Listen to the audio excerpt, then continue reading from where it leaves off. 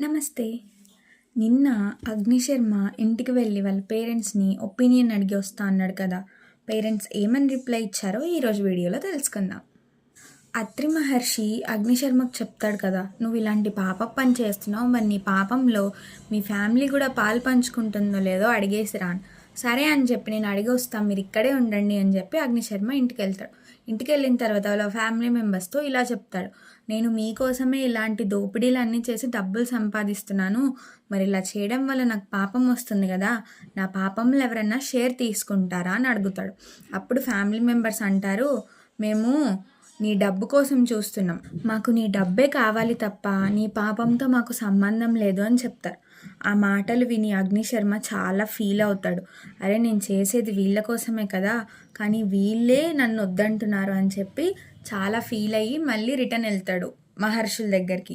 వెళ్ళిన తర్వాత అక్కడ వాళ్ళకి చెప్తాడు, నేను ఇలా మా ఫ్యామిలీ మెంబర్స్ని అడిగితే వాళ్ళు నా పాపంలో షేర్ తీసుకొని అన్నారు, ఇంకా నేను ఇవన్నీ చేసి ఏం లాభం అనేసి అంటే, అప్పుడు చుట్టూ ఉన్న మహర్షులు అంటారు అత్రి మహర్షితో, స్వామి మీ వల్లే తను మారాడు కదా, తను బతకడానికి కూడా ఏదో ఒక దారి చూపించండి అని అడుగుతారనమాట.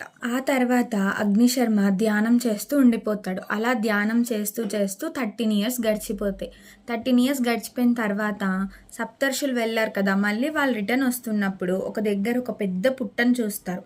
ఆ పుట్టలోంచి ఫుల్ లైటింగ్ వస్తుంది అనమాట, చాలా తేజస్సుగా కనిపిస్తుంది ఆ పుట్ట.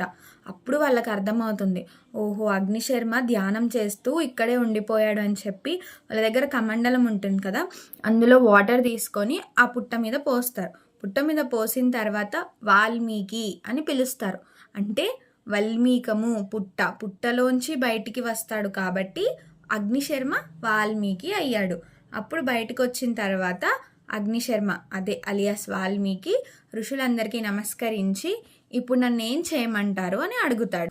అప్పుడు ఋషులు వాల్మీకి ఇలా చెప్తారు, నువ్వు ఉత్తరం వైపు అంటే నార్త్ సైడ్ వెళ్ళి గంగా నది తీరంలో దేవుణ్ణి ధ్యానం చెయ్యి అని చెప్తారు.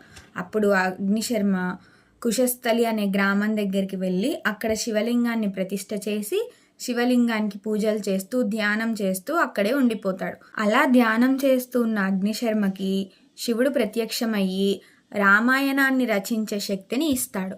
కానీ ఆ రామాయణాన్ని వాల్మీకి ఎలా రచించాడు, రామాయణం ఇలానే జరిగిందని వాల్మీకి ఎవరు చెప్పారు, ఎలా చెప్పారు అనేది తర్వాత వీడియోలో తెలుసుకుందాం.